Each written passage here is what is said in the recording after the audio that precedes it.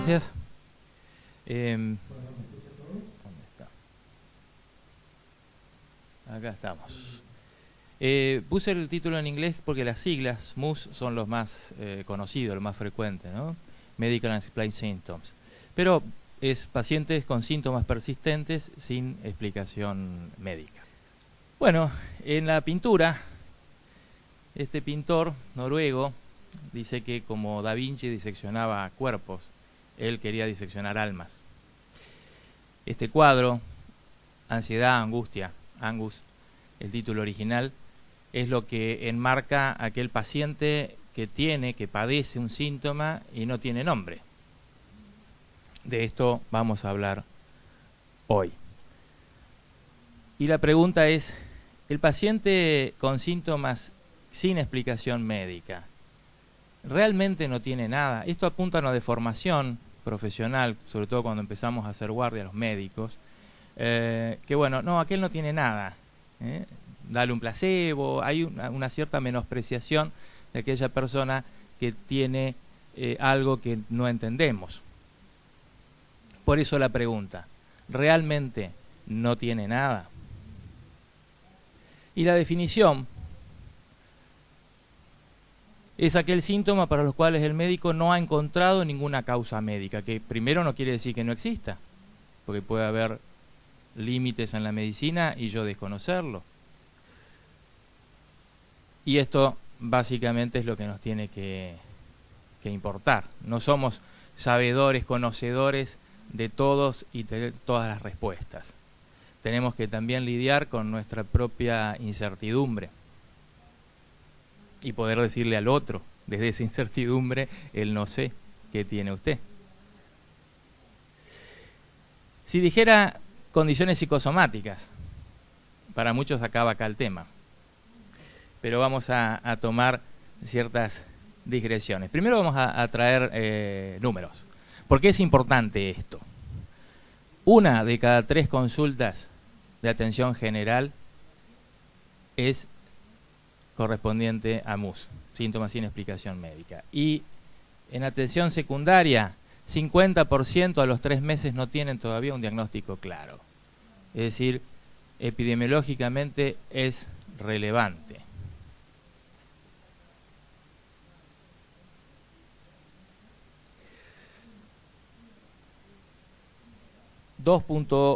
Casi 9 millones de libras. Estas cifras son las únicas más modernas que pude encontrar, locales no disponemos.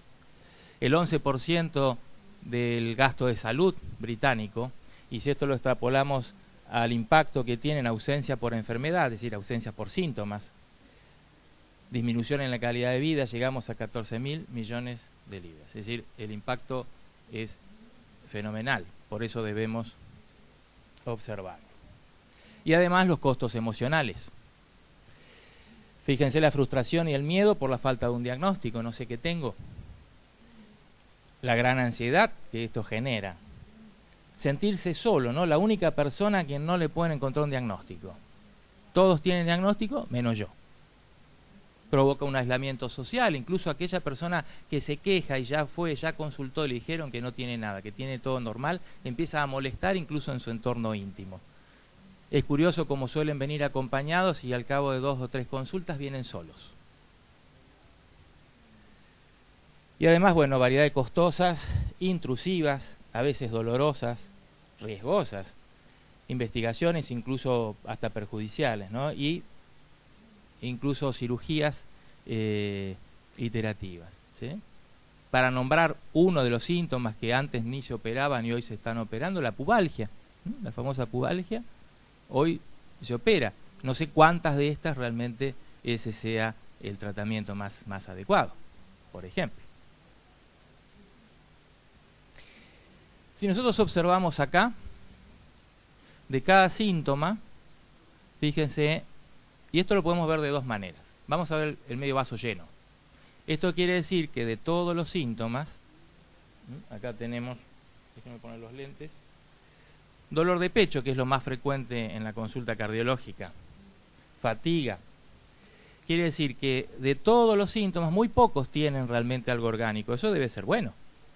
Si podemos dar una gran noticia.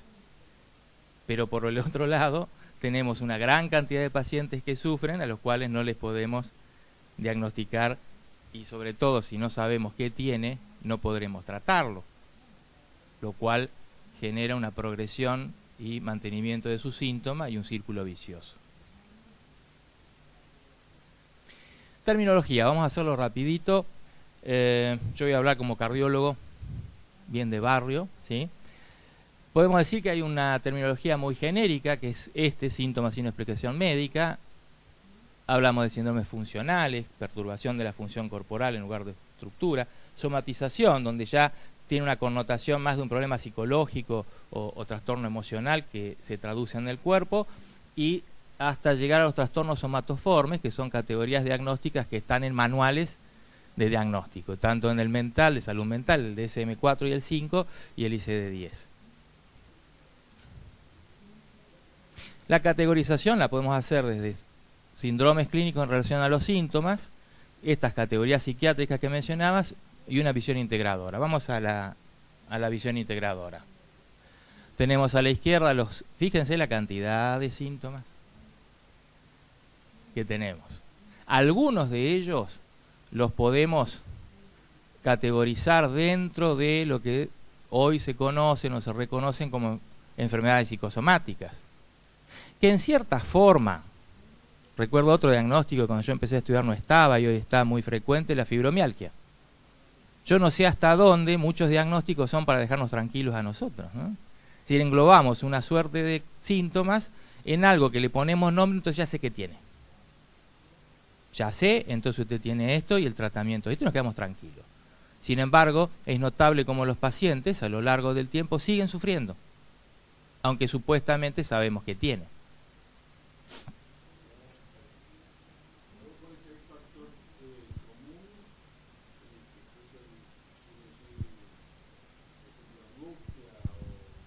En realidad esto es un análisis matemático, por eso puse por acá, donde hacen un análisis factorial. El trabajo es muy interesante, pero es matemático.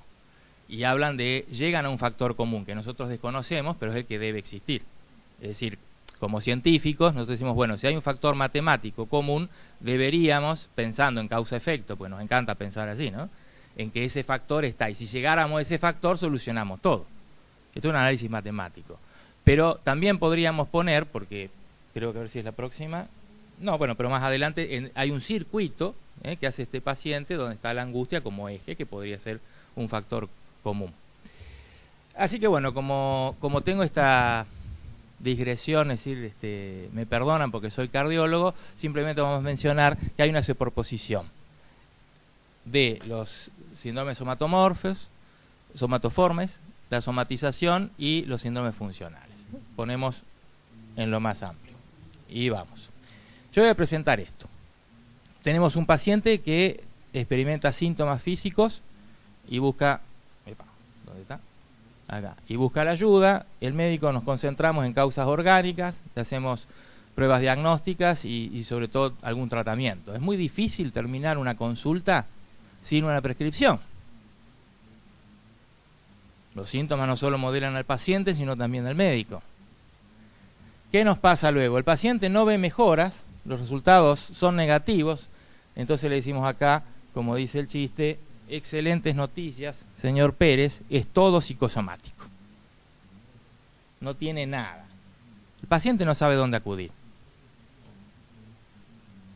El doctor busca la atención psicosocial, ¿no? Es decir, algún psicólogo a derivarlo, hablamos del estrés, y el paciente muchas veces se niega y se enoja. No, ¿cómo yo si esto no me puede decir que algo está mal? Se siente incomprendido, demanda más métodos diagnósticos y a veces empieza a coartar la relación, ¿no? con el médico.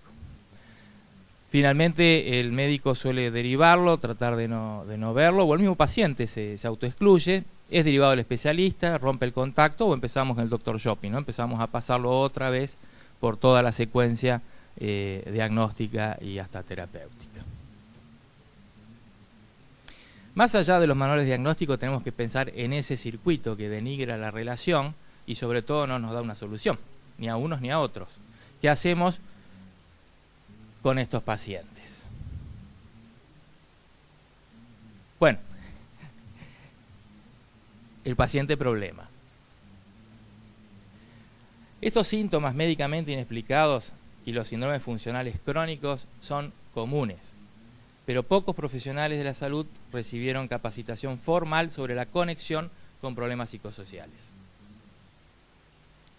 No se habla, no se escucha y no se ve. Pero no solo eso, sino que si estuviéramos formados en la relación con los factores psicosociales, pocos están formados en la orientación diagnóstica y terapéutica. Así que vamos en un embudo achicando. Y este es el ciclo que mencionaba antes, ¿no? Tenemos síntoma,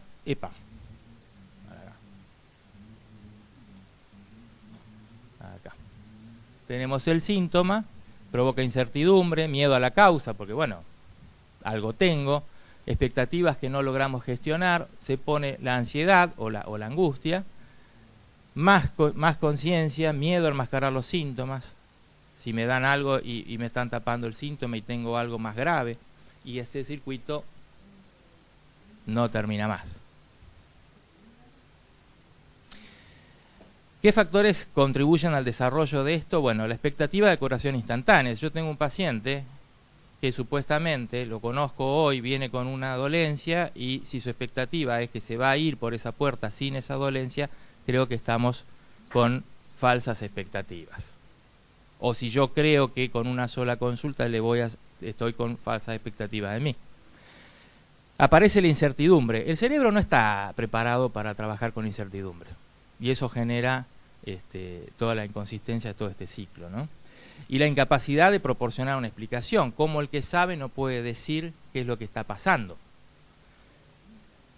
La preocupación por explicación de enfermedades, ¿no? Viene por un dolor de pecho y dice, no, a mí el médico de la guardia me dijo que tengo pánico. Pero el gastroenterólogo me dijo que podía ser una hernia, pero primero descartemos un infarto. Y empezamos con todo esa... El fracaso para convencer a los pacientes que la queja es aceptada como verdadera. Es decir, el síntoma existe, es real, a usted le duele. Que eso no sea un infarto, bueno, bienvenido sea, veremos de qué se trata. Dar seguridad sin una explicación positiva. Claro, ¿cómo puedo asegurarle algo si no sé lo que tiene? Todo esto retroalimenta el desarrollo del MUS. Consejos ambiguos y contradictorios. Vamos a las tendinitis.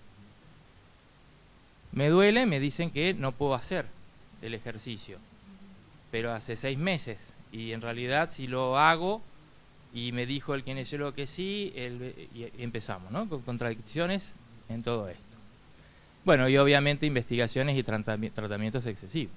Van pasando por una suerte de cinta donde se va probando todo sin entrar a hablar de lo extramédico, porque también empiezan a... Obviamente, si no encuentro respuesta en la medicina, empiezo a buscar por otros lados. ¿Cuáles son las características de estos pacientes? Menos años en educación formal, tienen más licencia por enfermedad y posibilidades de estar desempleados, mala salud general y peor salud mental, gran porcentaje, más de la mitad, sufren depresión, generan el doble de consultas, el doble de costos de atención, y 1/3 más de hospitalizaciones. Altos niveles de ansiedad, se genera disfunción familiar, pasada, actual, como antecedentes de trauma, negligencia o abuso previo, o la disfunción familiar actual, porque no soy, ya la familia no me acompaña. Creen que soy el que estoy inventando, o que soy un vago que no quiere trabajar, o no me entienden. Mala regulación del afecto. Ya vamos a hablar de la regulación emocional, cómo impactan acá, necesidad de ese apoyo y bueno, los procedimientos diagnósticos y cirugías innecesarias que no contribuyen en nada. Alternativas de cambio. Tenemos que sumar corazón-cerebro. Representamos corazón las emociones y el cerebro lo cognitivo. Tenemos que terminar de esta pulseada entre uno y otro e ir hacia la armonía de la ejecución precisa de nuestra partitura psicoemocional. ¿Qué se propone? Un abordaje multidimensional que trascienda lo teórico, ¿no? Es decir, yo estoy vamos a terminar con una experiencia desde el consultorio, es decir, un abordaje multidimensional que se puede hacer aquí, hoy, en una consulta real en la Argentina, en el contexto que vivimos. Tenemos un paciente que viene con un síntoma. Tiene un terreno donde desarrolla ese síntoma y tiene impacto afectivo e impacto funcional. Si nosotros empezamos a ver a nuestros pacientes como un rompecabezas, donde involucra la percepción que tiene este paciente de lo que está sufriendo, la cognición de esto, cuánto impacta en su estrés cotidiano y cómo juega incluso a nivel biológico. Ya vamos a ver cómo es la teoría del estrés en estos pacientes. La regulación emocional, las relaciones de apego, cómo impactan en el desarrollo neurológico y en el desarrollo de este síndrome. Trauma no como físico, sino como experiencias adversas infantiles. Y depresión y ansiedad. Causa, efecto, los pacientes con este síndrome tienen más depresión, más ansiedad y no podemos decir hasta dónde uno u otro. Así que si empezamos a ver a nuestro paciente con este rompecabezas, quizás podamos empezar, porque cada uno tendrá un poco más de uno o un poco más de otro.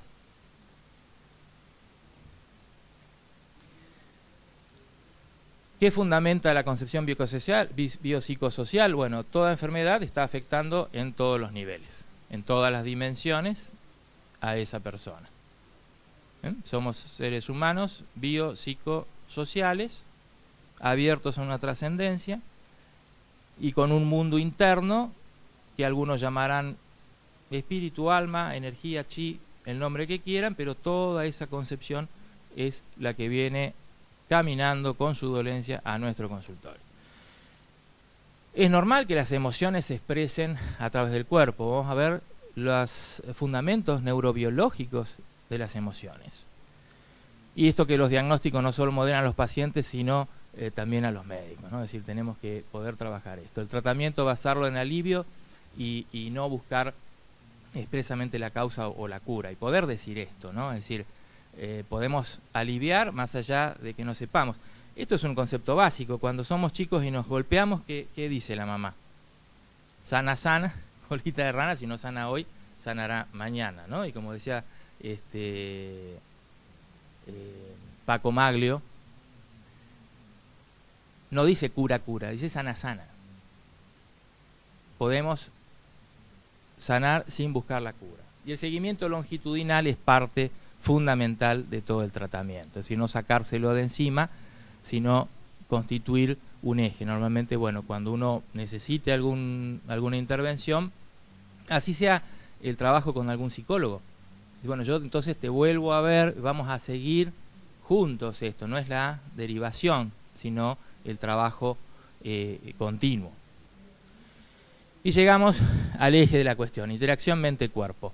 Tenemos que comprender la mente en términos biológicos, a raíz de la comprensión de las bases biológicas de todas las funciones, emoción, sensación, cognición, aprendizaje, memoria, etc. Y reconocer que tenemos un cerebro expandido en nuestras vísceras. Hay una relación bidireccional mente-cuerpo.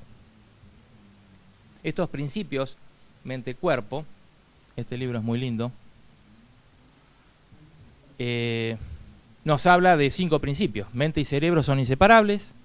Cada función mental cerebral llevada a cabo por circuitos neuronales especializados a través de distintas regiones del cerebro. Esto se puede estudiar a través de neurobiología funcional, resonancias magnéticas funcionales. Todos esos circuitos se componen por la misma unidad elemental, las neuronas, y estos circuitos usan moléculas específicas para generar esas señales nerviosas. Y estas moléculas de transmisión específicas se han conservado y mantenido a través de millones de años de evolución. Millones de años de evolución. En el interior del cerebro, nosotros tenemos un cerebro cognitivo consciente, pero en el interior del cerebro hay un cerebro emocional, que tiene organización celular, propiedades bioquímicas diferentes, esa corteza sede del pensamiento y el lenguaje. Y este cerebro emocional suele funcionar independientemente del neocórtex y la cognición y el lenguaje suele tener limitada influencia sobre él. Tenemos otras vías de entrada para el cerebro emocional. Controla lo que rige el bienestar psicológico y gran parte de la fisiología del cuerpo, el funcionamiento cardíaco, la tensión arterial, las hormonas, el sistema digestivo, inmunitario, reside ahí. El trastorno de estrés postraumático nos da un modelo ideal para poder entender todo esto. Tenemos regiones cerebrales implicadas en toda la fisiopatología, siempre quise decir esto, trabajo de la semana pasada, qué lindo, donde podemos ver la regulación emocional y las funciones ejecutivas, cómo la detección de amenazas reales o probables activan los mismos centros, no reconoce. Nosotros vemos ese cerebro emocional, ve la vida en peligro o no peligro, y no distingue si el peligro es real o no tan real. Tenemos un procesamiento contextual, es decir, todas nuestras experiencias deben pasar por esa parte del cerebro para generar contexto, que es el que nos va a permitir ponerlo en el lugar adecuado de la memoria de largo plazo, poder saber que aquello que viví pasó allá, en el tiempo y no pasando acá. El trastorno de estrés postraumático hay una revivencia permanente por falta de contextualización. Y cómo el miedo puede generar aprendizaje. Ese aprendizaje normalmente lo entendemos como el aprendizaje malo, ¿no? El miedo al miedo, pero nosotros podemos trabajar con el aprendizaje desde ese miedo, pasándolo por otras áreas cerebrales, dándole el contexto necesario, y no solo tenemos entonces una explicación neurobiológica, sino también una puerta de entrada y una propuesta terapéutica específica. Por lo tanto, esta aproximación dual, ¿no?, al MUS, mejor manejo sintomático y mejor manejo de las expectativas. Menos ansiedad, menos síntomas.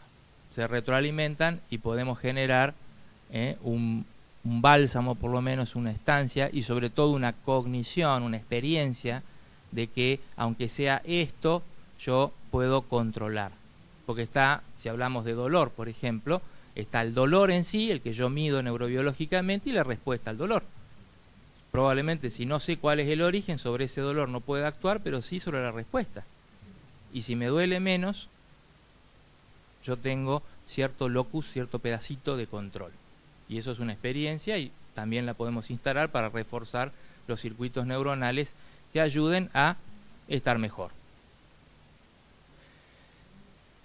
Los resultados mejoran si evaluamos en función, si volvemos al rompecabezas, el estrés de la vida actual, el impacto prolongado de la adversidad en la infancia, si es que lo hay, las presentaciones somáticas de la depresión, el estrés postraumático y los trastornos de ansiedad.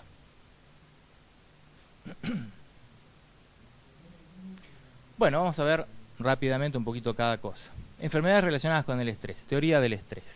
Hablamos de trastornos psicofisiológicos. No hay un término, psicofisiológico también ya está separando, ¿no? Tendríamos que decir psicofisiológico, fisiopsicológico.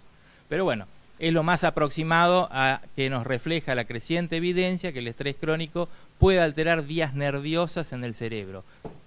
Concreto, se toca. Porque normalmente cuando decimos vaya al psicólogo, no está esa sensación de lo mío es como que se difumina, no se toca. Eso, entonces cuando uno empieza a ser consciente y poder transmitirle al otro que hay bases neurobiológicas de todo esto, que no es un invento, que eso no es en el aire, también lleva a bajar la ansiedad.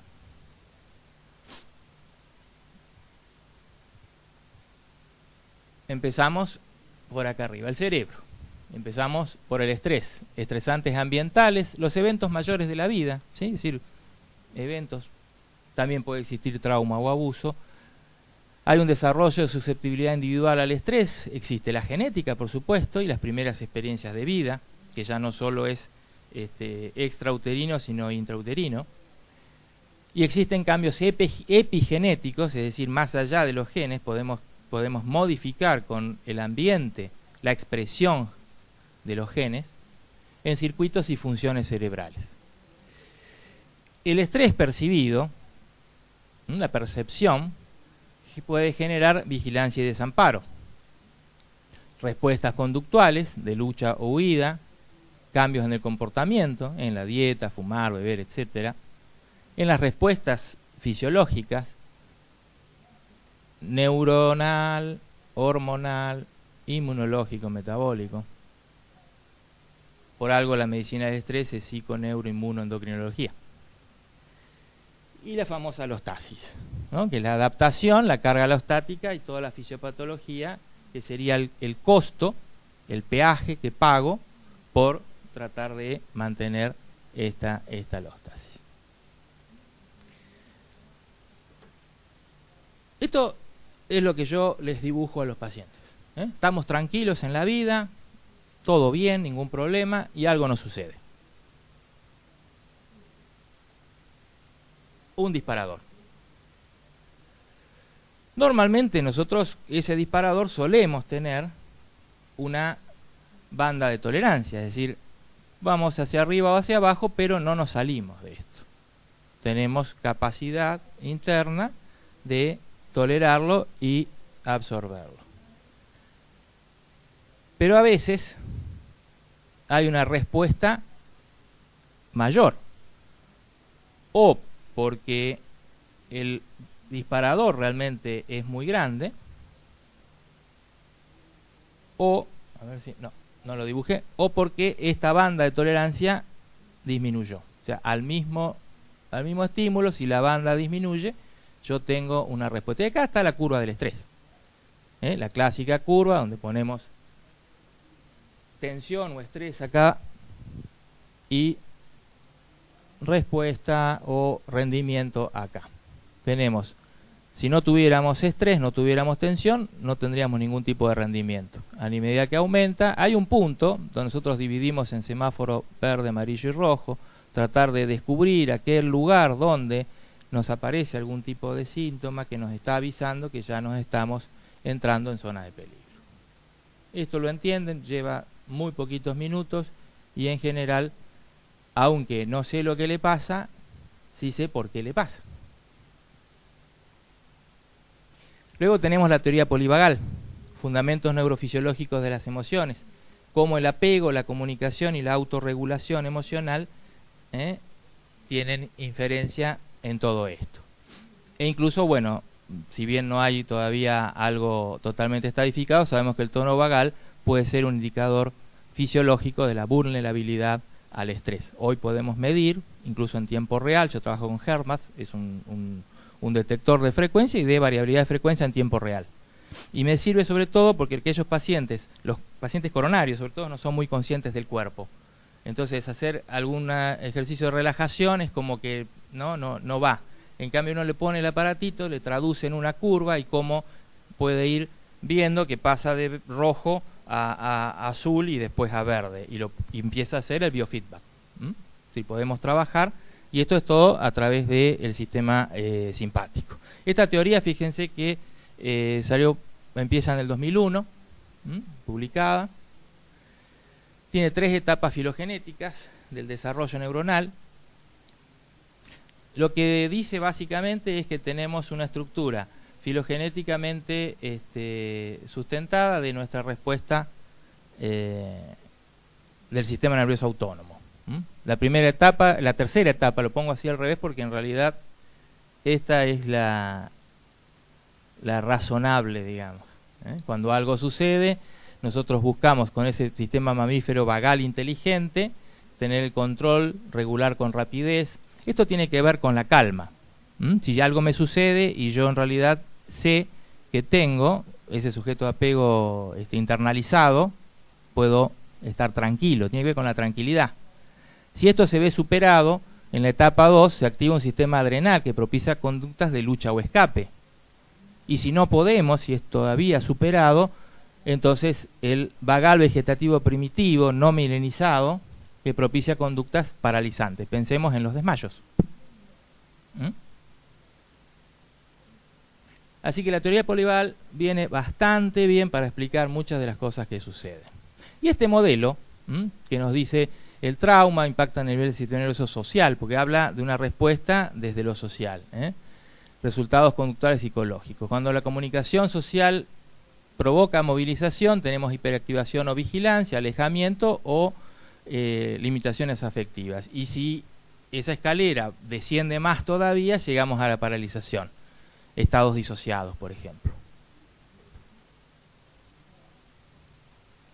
Entonces la teoría nos permite, este librito también, a ver, ahí está, es de este año, Mírame, Siénteme, es un poco cómo las estrategias de reparación del apego a través de MDR y se sustenta en base, en parte, a esta teoría. Tenemos un sistema, hay dos aspectos fundamentales que tomamos acá. Un sistema de compromiso social y la retroalimentación de órganos corporales. Las emociones son biológicas. Tenemos angustia, ¿dónde la sentimos en el cuerpo? Tenemos rabia, ¿dónde la sentimos en el cuerpo? Lleva sentimientos subjetivos y esto estado de ánimos y emociones. Llevar al paciente a ascender esta escalera es la propuesta, obviamente, terapéutica. Llevar hacia una comunicación social saludable, un incremento de la conducta social, regulación del afecto y llegar a un estado de regulación, subiendo la escalera que habíamos descendido previamente, activado por ese peligro. Anda a preguntarle al vago, puse, ¿no? Viene una andanada, esto lo publicó Porges ahora, y a fin de año se van a publicar algunos más y el año próximo otros. La teoría polivagal llevado hasta, fíjense acá, accesos terapéuticos, ¿no? Aplicaciones clínicas. Interesante para tener en cuenta. Vamos a la teoría del apego, influencias del vínculo de apego en la organización cerebral. Regulación emocional. El apego, decía Bowley, es el vínculo emocional que desarrolla el niño con sus cuidadores. Un estado de seguridad, ansiedad o temor determinado en gran medida por la accesibilidad y capacidad de respuesta de su principal figura. Hay dos elementos: que esté accesible y que tenga capacidad de respuesta.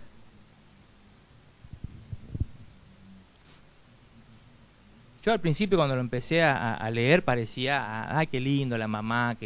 Pero en realidad es bien biológico, vamos a verlo.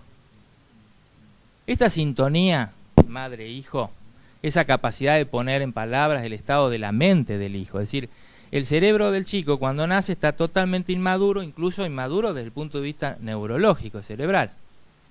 No puede expresar sus emociones, está disregulado. Entonces la mamá le presta, es una especie de, yo lo explico como si fuera un wifi emocional. Vio que cuando usted se tranquiliza le presta su regulación a ese cerebro. Esa alineación de mente de ambos en ese preciso momento de la experiencia. Donde el afecto se transmite a través de expresiones verbales, vocalizaciones, gestos del cuerpo, contacto ocular, toda una gama, una sintonía general. Y esta sintonía permite la creación de neuroredes. Cuando decimos neuroredes es que hay formación de neuronas, migración neuronal y contactos, nuevas asociaciones. Esto lleva a la integración interpersonal entre la madre e hijo y esto se internaliza en estados afectivos y cognitivos y termina siendo la autorregulación emocional. O sea que hay un sustento neurobiológico de el apego. Bueno, probablemente los psicólogos sepan más de esto, los distintos tipos de apego, seguro, estable, inseguro, evitativo, desorganizado. Tiene también su traducción en apegos adultos, pero lo traigo a colación para decir, bueno, hay una relación biológica de esto y esto tiene importancia no solo teórica, sino desde la perspectiva terapéutica. El apego no seguro, fíjense, está en base en muchos cuadros: trastornos de conducta, desregulación emocional, problemas de aprendizaje, dificultad de establección de vínculos y, lo que nos interesa, incremento en los síntomas somáticos. Teoría del trauma. Le digo al paciente que a veces, ¿se acuerdan? El disparador me encuentra por fuera de mi banda de tolerancia y ahí ponemos en juego todo lo que es descanso, alimentación, todos los elementos para aumentar mi banda de tolerancia. Pero a veces a veces esta reacción es incrementada, es mucho, ¿no? Viene y dice, bueno, sí, me dio rabia y le dije, pero se me fue la mano, ¿no? Le dije de más. Ahí es donde buscamos relación en el pasado. Si algún elemento del pasado tiene su alimentación, otra vez de distintas formas, en esa reacción del presente. Uno de los primeros que empezó con esto, Pierre Janet, fíjense la definición de trauma en 1894. Es el resultado de la exposición a un acontecimiento estresante, inevitable, que sobrepasa los mecanismos de afrontamiento de las personas. Cuando las personas se sienten demasiado sobrepasadas por las emociones, los recuerdos no pueden transformarse en experiencias narrativas neutras. El terror se convierte en un temor al recuerdo que impide la integración. Síntesis. Antes de todos los conocimientos neurofisiológicos actuales, del acontecimiento traumático, y fragmenta los recuerdos traumáticos apartándolos de la conciencia ordinaria, dejándolos organizados como percepciones visuales, preocupaciones somáticas y reactuaciones conductuales. Todos tenemos, uno le explica a la persona, un sistema interno de sanación, como cura la piel o los huesos cuando nos fracturamos, que procesa la experiencia, descarta lo que no sirve, que es el sufrimiento, y organiza, pasándolo por el área biológica contextual, eso aparte no le digo, pero pasa por ahí, en la memoria de largo plazo. Y hace que entonces uno tenga el aprendizaje, aún de cualquier experiencia. Si esto no sucede, ¿qué pasa? Nos defiende y nos permite seguir viviendo. Por lo tanto, hace una cápsula. Lo enquista, lo encapsula con toda la organización de los sentidos e incluso el sentido emocional negativo.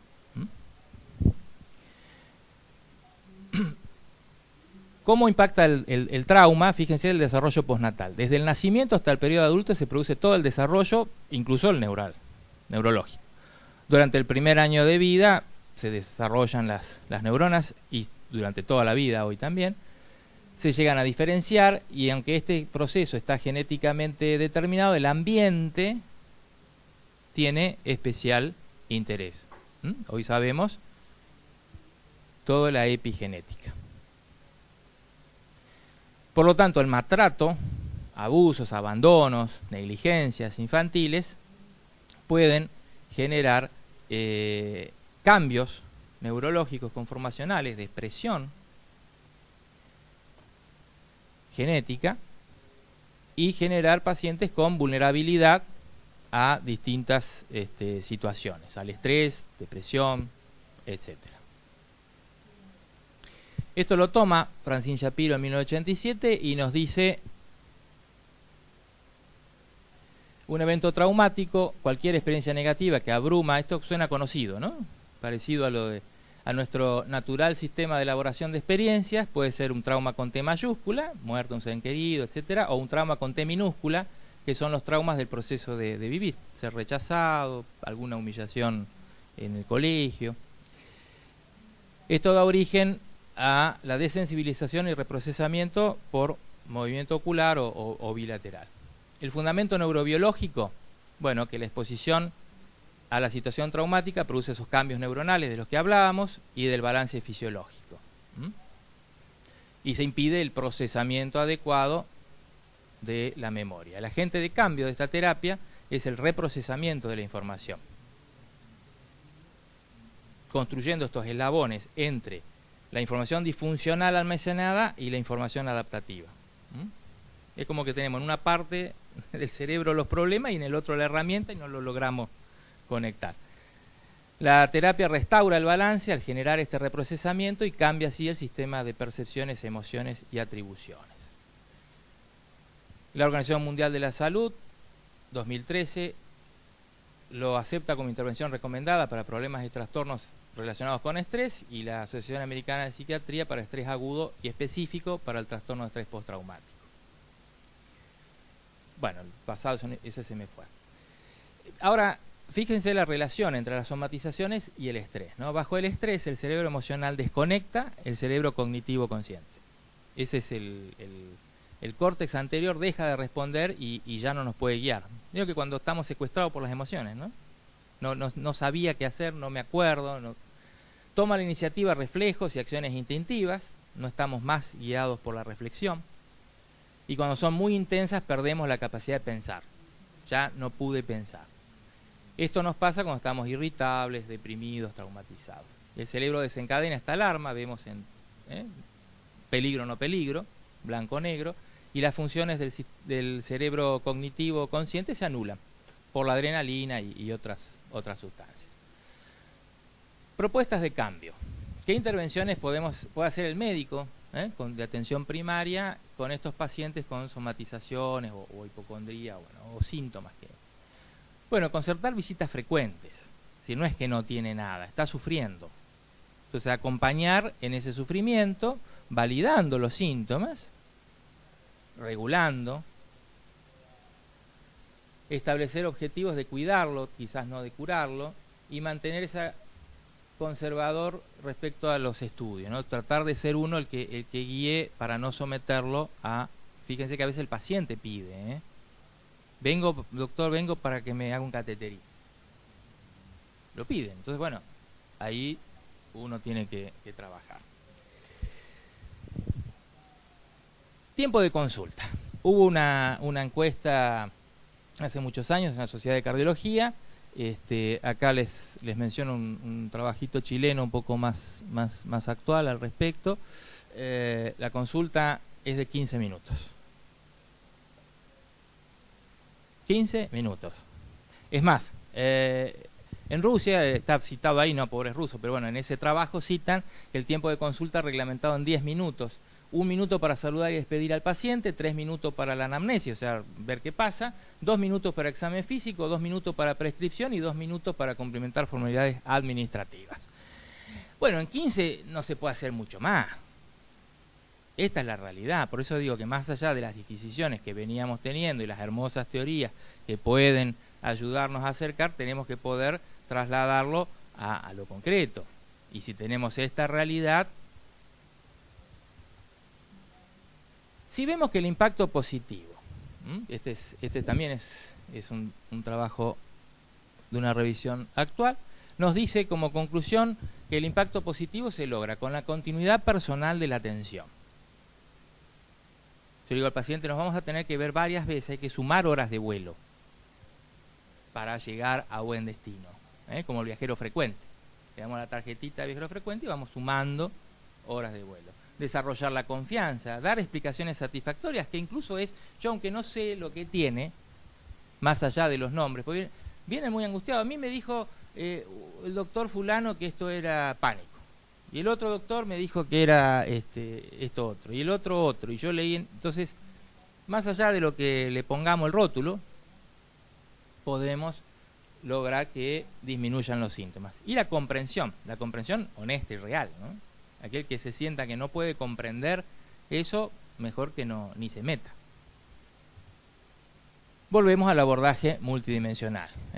Armar nuestro rompecabezas, nuestro paciente con síntomas, el impacto funcional, todos los elementos a tener en cuenta, es el terreno sobre el cual tenemos este paciente. Cada uno de ellos tendrá un poco más de una cosa u otra, incluso algunas otras piezas que podamos meter en este rompecabezas.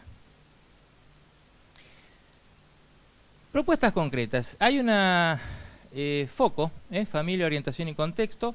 Es una propuesta de medicina familiar y comunitaria del Hospital Italiano, donde ellos trabajan de una manera particular. Las consultas son de 20 minutos y lo que ellos hablan de que cuando hay un contexto social, familiar, o sea, psicosocial, uno pide una entrevista FOCO. Esto porque son sistemas, obviamente, desde la gestión de la salud, ¿no? Es decir, yo no puedo estar 2 horas, tengo esos 20 minutos, pero sí puedo disponer, si yo pido una consulta FOCO, 40 minutos. No es esa, le explico al paciente qué vamos a abordar y se cita posteriormente. O sea, yo digo, bueno, está interesante, uno puede en algún sistema decir, bueno, para cuando rastreamos algún problema psicosocial o lo sospechamos, podemos disponer de una consulta el doble de lo que me dé el sistema para... Son propuestas concretas que se están usando, que las traigo a colación para ver qué podemos hacer. A mí se me ocurre una primera intervención breve, como el tabaquismo. ¿no? Es decir, el paciente que nosotros hicimos intervención breve, que todos los médicos deberían preguntar tal cosa, 1 minuto de su tiempo para el tabaquismo. Bueno, deberíamos generar alguna forma desde la sociedad, quizás desde el consejo, orientar esto, que todos los médicos, todos los cardiólogos en la consulta dispongan, si son 15 minutos, si son 20, habrá que ver cada sistema.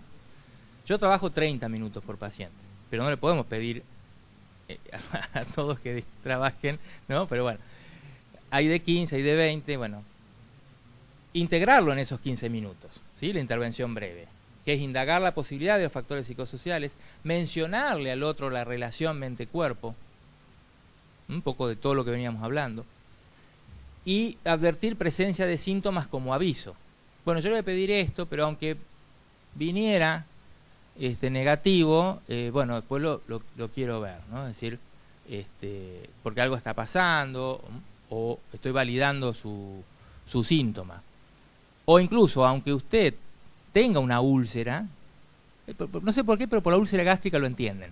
Si usted tuviera una úlcera, igual no invalida que eso es agravado por estrés.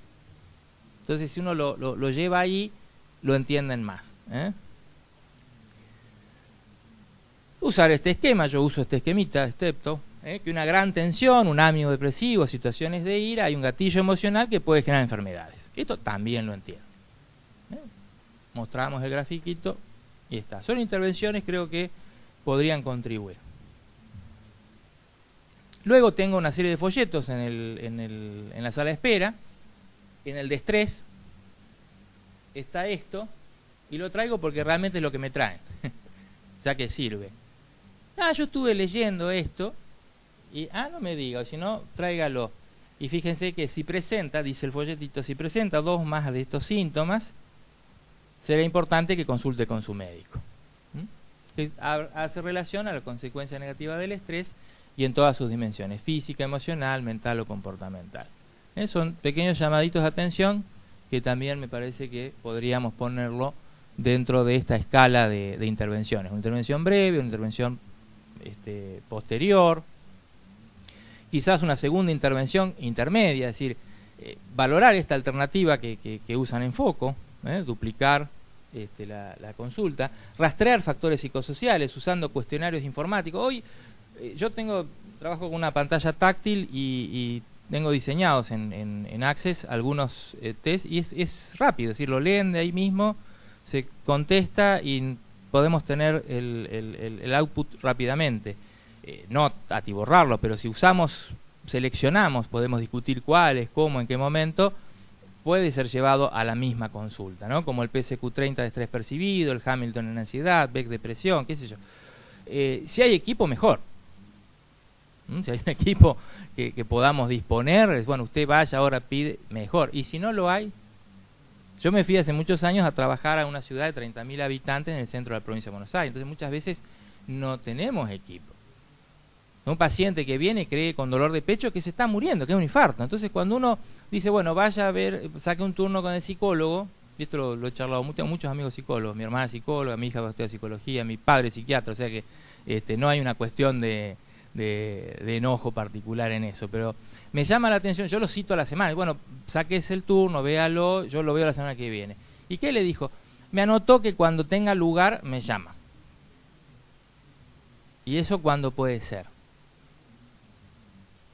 La incertidumbre, es decir, el cerebro no puede manejar la incertidumbre. Y lo he discutido mucho, hay una posibilidad y de hecho, bueno, yo trabajo con MDR tiene protocolos de estrés agudo para poder bajar un poco, protocolos de desensibilización, ¿no? Ya sin reprocesamiento, es EMD se llama, para poder desensibilizar y llevar algo de calma. Y así deben tener de distintas otras vertientes psicoterapéuticas intervenciones cortas para trabajar con el paciente en crisis. Bueno, este disparador, integramos todo. La banda de tolerancia hacia adelante con el estrés, hacia el pasado con el trauma, que puede impactar con algunas creencias limitantes o incluso secuestrarnos emocionalmente. Sabemos que el circuito activado frente a una herida física dolorosa es la misma ruta que sigue la herida social de exclusión. Es decir, la misma ruta neurofisiológica. Resolución. Interconsultas con equipo multidisciplinario, psicoterapia, grupos de 8 semanas de gestión del estrés. Yo trabajo con estos grupos. Se puede enseñar también, es decir, a determinados cardiólogos que trabajen con psicólogos en grupos de 8 semanas de abordaje de gestión de estrés, donde se trabaja desde todas las vertientes, ¿no? De la cognitiva, de meditación, relajación, de trastornos de estrés, de trauma, etcétera. No son terapéuticos individuales, se trabaja, tampoco es terapia de grupo, es un abordaje grupal, 8 semanas, 2 horas y media cada vez, con un trabajo más que interesante. Pensemos juntos, de manera práctica y sentido crítico, es decir, algo contextual, algo que pueda llevarse a la práctica.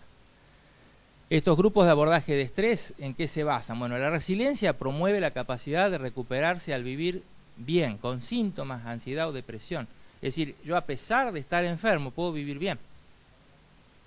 A pesar de tener tal o cual diagnóstico, me dijeron que tengo fibromialgia, bueno, puedo vivir bien. ¿Cómo puedo vivir bien?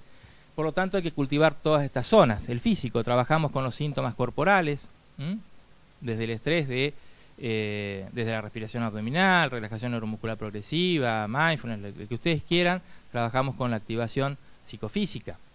Desde lo intelectual, psicoeducación, mucha psicoeducación. Desde lo emocional, reconocer y procesar los sentimientos, saber que la emoción es corporal. Si yo siento primero la emoción, la pregunta es ¿dónde en el cuerpo? Y si siento primero el síntoma, ¿qué emoción se asocia? Relacional, todo lo que es intersubjetividad. Y espiritual, existencial, es la otra área. Para concluir, millones de pacientes sufren de estos desórdenes psicofisiológicos, síntomas sin explicación médica.